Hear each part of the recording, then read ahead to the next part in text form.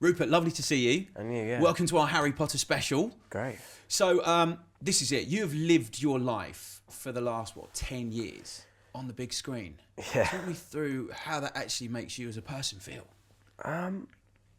It's kind of something that's weirdly become quite normal, in a way. I suppose like just being recognised as well. That used to take a while. That took a while for me to kind of get used to, because never really being invisible is something that's quite strange. You kind of take for granted, but I've loved it. It's been amazing. When did the recognising thing really happen for you? Do you remember the pinnacle point when you kind of went, I'm going to go to the shops on my own, oh my goodness, I can't?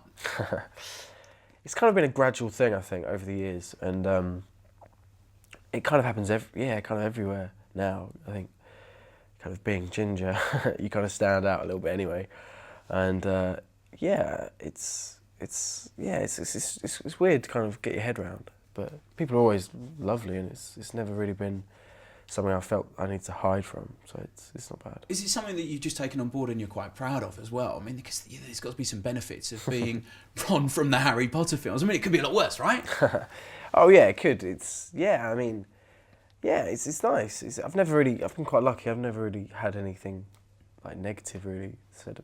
I don't think you can from it's a great role and it's a great part, and you clearly see from the premieres, thousands and thousands of people turn out to see you, which, at which point though, was there a particular film that it really hit home that I'm playing a massive character in a massive set of films? Yeah, I don't really like to think about it like that. I mean, in the early days there was a lot of pressure really, because particularly on the first film, because obviously these books are so widely read and so loved as well, and everyone's got their own quite kind of definite idea of it. How old were you in the first film? Were you 10? I was 11. I just turned 11 when we first started filming. I mean, that's pretty full on for an 11-year-old, right? Yeah. Being the Philosopher's Stone and then just kind of going, this film's huge. It was, because I had no experience at all. The last thing I did was a school play probably, and it was just really weird that I was kind of... That's brilliant, doing the Christmas nativity, and next year, by the way, I can't make it, but I am in the cinemas if you need to come along. Yeah. What's your perspective take on the film? So when you look back at these films, for example, 5 years' time, you're in LA, you're in a hotel, these films are on the TV, are you going to put it on, look back at it and think, what? Yeah, I mean... What's on the other side? Yeah. No, I mean, I haven't actually watched one all the way through for a long time. For what reason? No reason, really. I mean, I don't really get too embarrassed. I mean, it's not something that I'm kind of embarrassed about.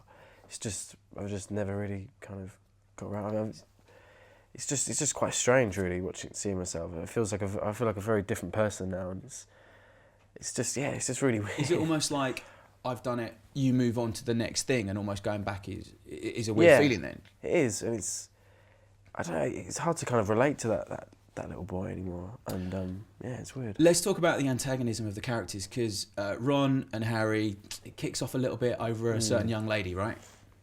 It does a little bit, yeah. For Ron, there's a lot going on really in his head.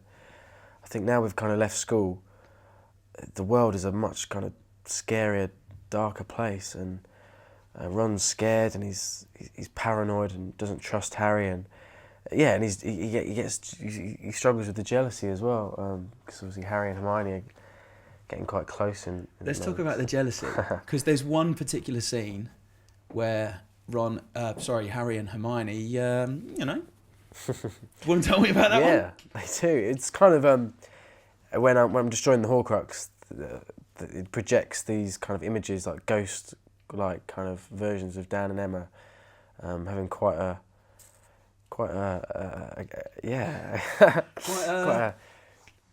heavy kiss. Rather it comes from your mouth than mine. Yeah, it's quite a passionate kiss, and that's obviously something that's really going to wind Ron up, and it kind of displays all his insecurities and stuff, and that's kind of what leads to Ron. What's it like when you guys are filming those kind of scenes? Actually, that scene, I was supposed to kind of be present for them doing that scene, and so they could kind of play off me a little bit, but I just found it so funny. I couldn't concentrate at all, and they're wearing this silver body paint, and it was very surreal. Were you that bloke in the corner not helping? I wasn't helping. Actually, Emma sent me out because I wasn't helping. But yeah, You get your own little cheeky kiss in there, though, right? I do in part 2. Yeah, it was. It's very weird actually, doing that scene. Just because I've known Emma so long, and does it just feel a little bit wrong because you know each other so well? Then it's like I've seen her when I've grown up with her, and I knew her since she was 9, and it was just that moment when we were kind of leaning in for that kiss, and we were just laughing because it just felt so unnatural. But so it's almost over.